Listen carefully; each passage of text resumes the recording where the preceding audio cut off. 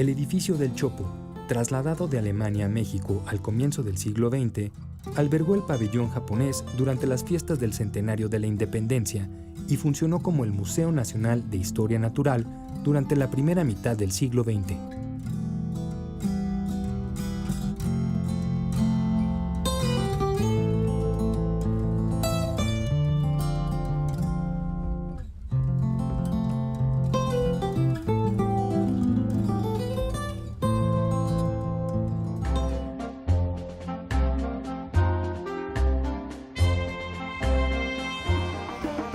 Con vocación innovadora desde su fundación, el Museo Universitario del Chopo ha sido un espacio para la difusión y promoción del arte en todas sus expresiones.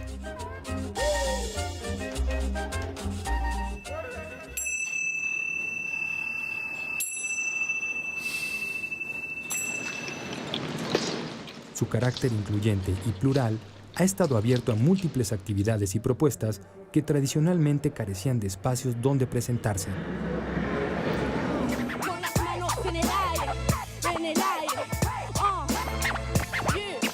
Como el performance o las nuevas prácticas de las artes visuales, digamos, los artistas o las exposiciones más vinculadas a expresiones postconceptualistas, o mucho de lo que hoy tiene que ver con lo que se entiende por arte contemporáneo, digamos, también tiene cabida en este lugar. El videoarte también, los distintos géneros rockeros. Entonces, todo esto es lo que a este museo lo vuelve un lugar muy vinculado a todas esas expresiones, que además en muchos casos está vinculado a barrios no privilegiados en la ciudad, no solamente los adyacentes.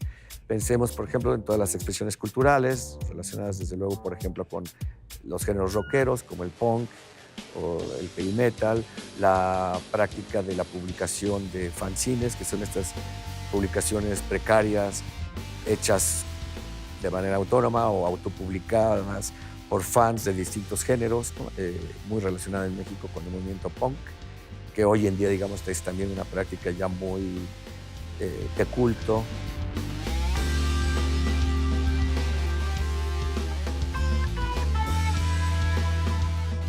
La organización de la Semana Lésbico Gay creo que está muy vinculada a la labor del Chopo como una cuestión autónoma, una cuestión de siempre atraer nuevas culturas, nuevas formas de pensar, y también tiene que ver con el cambio radical que ha habido en el mundo, eso sí, de los fines de los 90s para acá, ¿no? O sea, el Tianguis del Chopo y el Chopo 80s, 90s fue un espacio donde traían estas formas culturales que igual no tenían espacio en otros lugares. En particular, en el caso de la música, era pues, esta música que no podías escuchar de otra forma. Digamos que para fines de los 90 este trabajo rindió muchos frutos. Algo que entonces hizo muy potente al Museo Universitario del Chopo, siendo un museo muy singular, único por todo lo que estamos diciendo, que no tenía parecido con otros museos del país y quizás en el extranjero, porque fue construido mucho a partir de su entorno histórico y geográfico, fue que todas estas expresiones marginadas de los 80, que renovaron los lenguajes, los discursos de las distintas disciplinas artísticas o de los diferentes campos culturales que se encontraban aquí, permitió que cada una de estas disciplinas o campos culturales se contaminaran, por decirlo provocativamente, unos a otros, o que, dicho de mejor manera, se enriquecieran unos a otros con los distintos valores. La contracultura, pues, por decirlo así, suena un poco raro porque uno piensa de entrada que es ir contra la cultura, pero en realidad es más como una cultura de oposición o una cultura contestataria.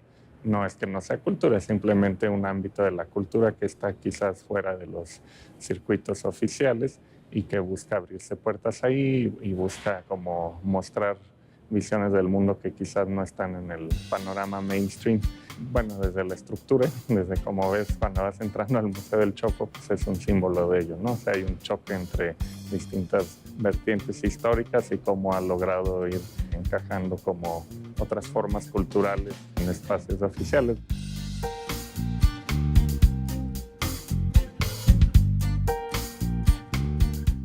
El edificio cumplió 100 años en diciembre del 2003 y 3 años después, fiel a su historia camaleónica, se transformó nuevamente, en esta ocasión para adaptarse a las necesidades del arte contemporáneo. La intervención estuvo a cargo del arquitecto Enrique Norten, quien construyó una caja de cristal y acero en el interior de la estructura.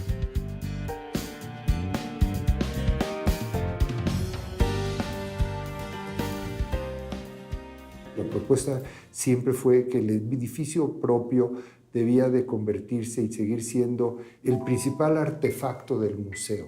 O sea, debería ser el motivo principal para volver al Chopo, además de las exposiciones, debía de funcionar como tal. Además, la UNAM, que fue quien prácticamente promovió este cambio y que lo hizo muy bien, tenía la intención de convertirlo en un verdadero museo internacional de arte contemporáneo. Y eso no es fácil, porque para eso hay que cumplir con una serie de normas y de principios internacionales que permitan tener las condiciones para poder recibir, sobre todo, exposiciones que de alguna manera se producen en otros lugares. Entonces tenían problemas de todo tipo, problemas de clima, problemas de iluminación, problemas de estructura, etcétera, etcétera, etcétera.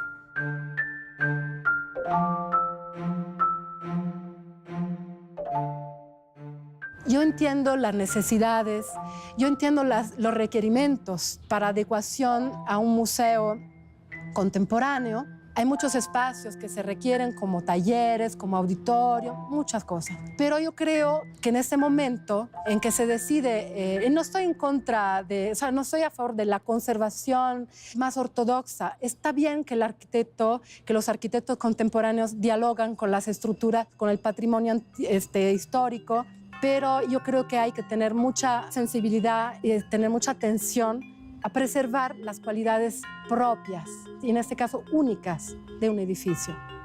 Entonces quizás se podía haber pensado de ubicar esos espacios que sí son necesarios o en otra locación o, no sé, bajo tierra, inventarse algo, una solución como más creativa, más difícil, seguramente mucho más difícil, pero que dejara este vacío intacto.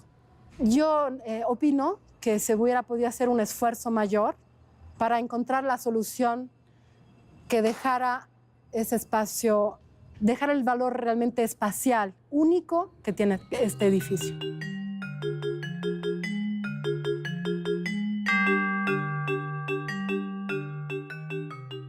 Utilizar el edificio original solamente como un cascarón, lo cual ya daba una condición de sustentabilidad muy importante al nuevo proyecto, y hacer dentro una propuesta muy contemporánea que de alguna manera dialogara con el edificio existente, pero también diseñado de tal suerte que el visitante de las exposiciones fuera al mismo tiempo entendiendo el propio edificio, la construcción del edificio, la materialidad del edificio, los detalles, la estructura, etcétera, etcétera, hasta llegar al último nivel, que a mí es lo que más me gusta, y es donde está la nueva biblioteca o hemeroteca, y es donde uno está muy cerquito del techo, ¿no? del propio pabellón del Chopo, que yo creo que es lo más bonito que tiene el edificio. Y ahí uno ya está muy cerquita y puede entender perfectamente cada una de las partes y los detalles del edificio. Yo creo que, desde luego, ha dotado al Museo Universitario del Chopo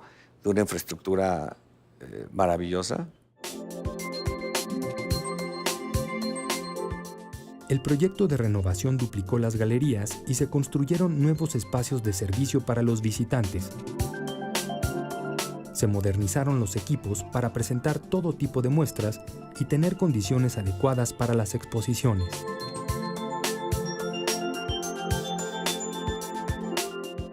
El Centro de Información ha permitido tener mejores condiciones para la documentación y archivos del museo.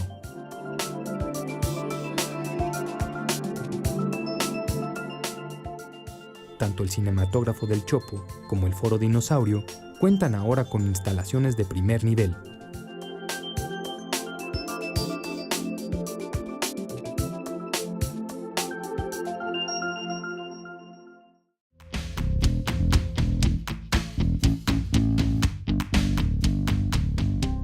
En los últimos años, el Museo Universitario del Chopo ha reafirmado su vocación como espacio incluyente, innovador y propositivo.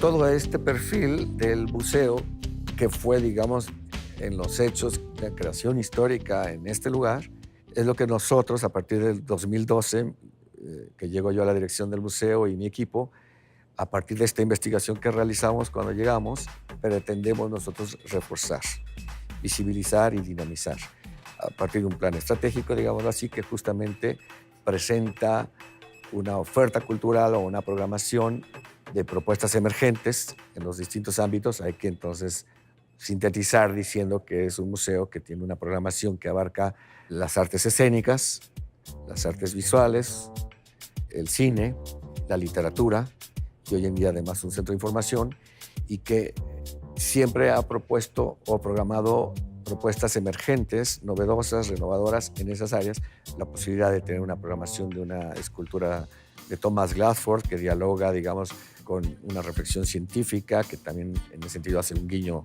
histórico al antecedente de este museo como Museo de Historia Natural.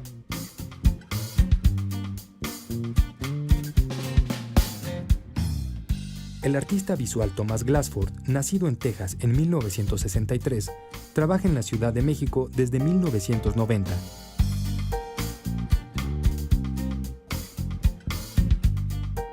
Conozco el espacio, conozco cómo se puede comer obra, digo, hasta piezas enormes, pero adentro de este espacio se vuelven tan pequeños en esta nave tan grande, industrial, del principio del siglo pasado.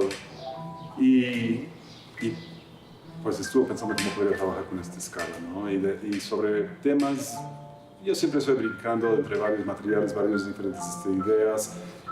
Últimamente estoy trabajando mucho más, regresando a algo que inició cuando llegué a México en 1990, que es algo mucho más orgánico, conjunto con siempre hay como un elemento mucho más geométrico y otras cosas que me influyen, pero en este caso orgánico y sobre formas muy orgánicos y sobre un concepto mucho más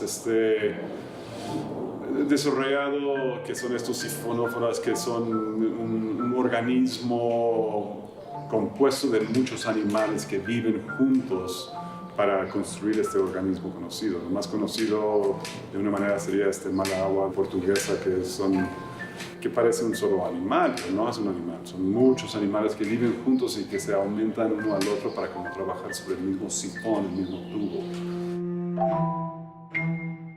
Y me fascinaba esta idea de comunidades que de una manera que se vuelven un solo elemento. Entre todo eso, pues pensé en algo colgante también que podría funcionar en llenar este cuerpo del museo mismo, como hemos hablado, y hacer referencias a su propia historia también, en el sentido que fue el Museo de Historia Natural en su época y que había estos fósiles de ballenas o lo que sea colgados adentro de este espacio en ese tiempo.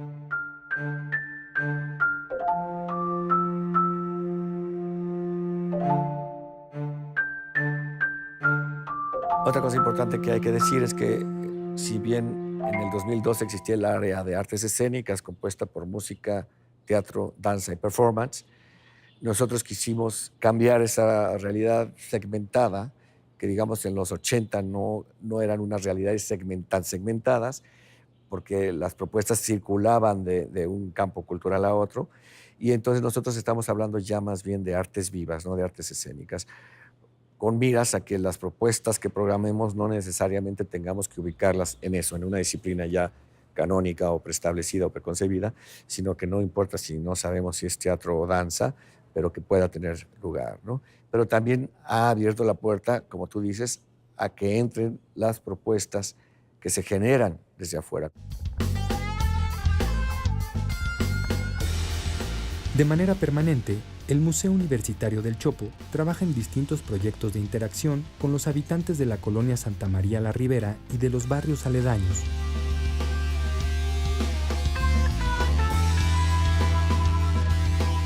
Vienen los públicos subculturales, más toda esta línea de cruce transversal de la programación del museo que se llama ¿Qué pasa en el barrio?, ha generado otros proyectos también desde el área de artes vivas, como puede ser Encuentros Secretos, que fue creado por una compañía de teatro de Guadalajara, de chicos muy jóvenes, y que a partir de lanzar una convocatoria al barrio, preguntando o pidiendo que describieran un punto del barrio donde ellos hubieran experimentado una sensación de desarraigo, nos mandaran una tarjeta postal.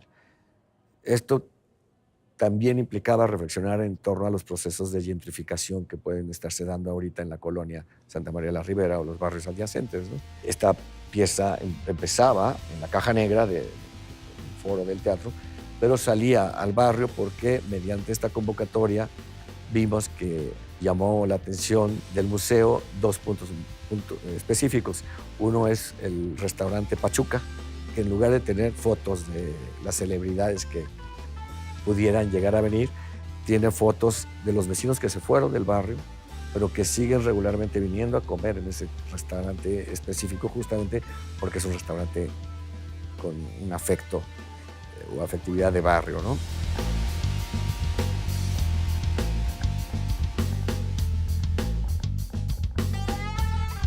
En colaboración con el Museo Universitario del Chopo, la Comuna, Revolución o Futuro pregunta a los vecinos de Santa María la Ribera qué es lo chido para la colonia.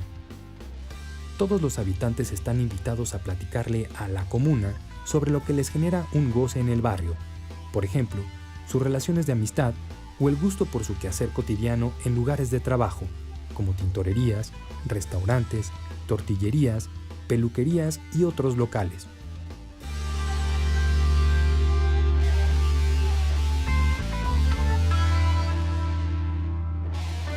O de repente relaciones un poco más simbólicas, como puede ser la exposición de Mauro Giaconi, que es este artista que dibujó con grafito en uno de los muros de la galería sur de este museo, en una propuesta de dibujo expandido, porque ese mismo grafito es el que luego pinta o tiña o tizna, llamémosle así, unas bolsas que parecen piedras y que forman una montaña.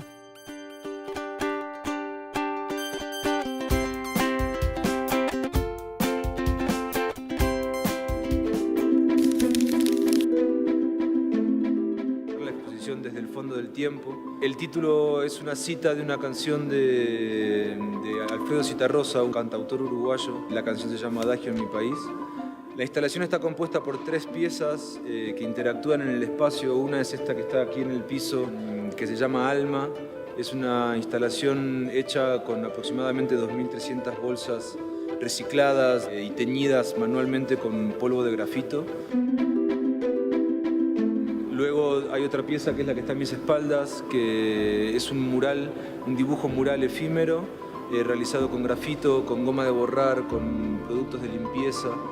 Y la tercera pieza que concluye la exposición está dentro del depósito que está también aquí a mis espaldas, y es un video, una proyección. El video se llama Línea Transversal, es un video de unos 7 minutos aproximadamente de duración, y el video muestra el registro de una acción que es, la acción es muy simple, es atravesar una pared de concreto utilizando lápices de grafito como si fueran cinceles, martillándolos hasta que se atraviesa el muro.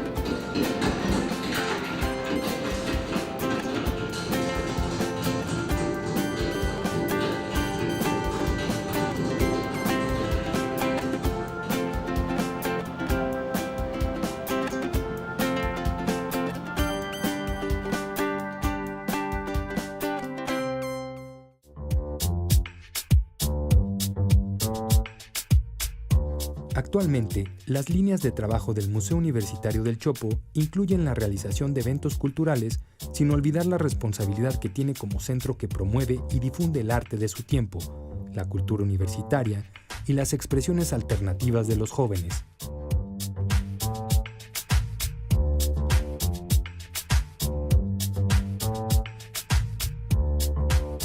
De repente también hay casos como expresiones culturales, por ejemplo, indígenas, ¿no?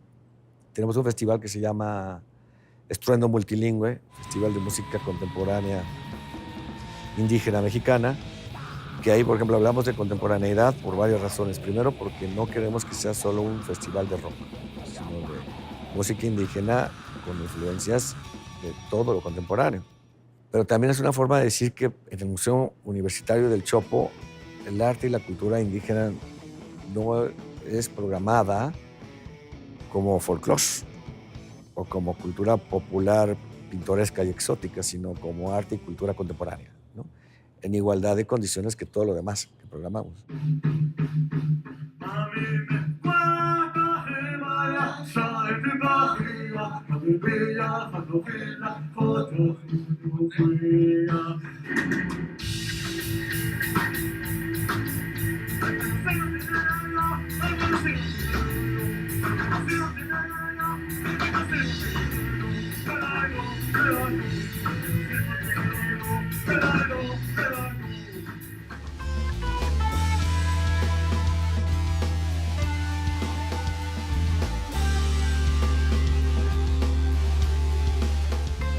Aunque ya no forma parte del barrio, también mantiene un vínculo con el Tianguis Cultural del Chopo a través de la Asamblea de Arte y Cultura, que programa en el museo distintas actividades, sobre todo con grupos de rock que fueron importantes para la historia del tianguis y del museo.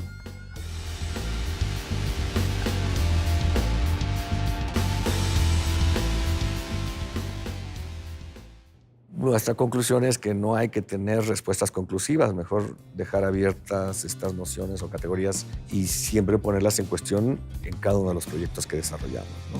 Sí creo que los paradigmas son muy distintos, pero siguen presentando retos, digamos, para poder responder o tomar decisiones en cuanto a qué programas o con qué comunidades o expresiones culturales te vinculas en un momento dado. El Museo Universitario del Chopo todavía puede funcionar como antes lo funcionó, como una plataforma de encuentro de expresiones relativamente marginales.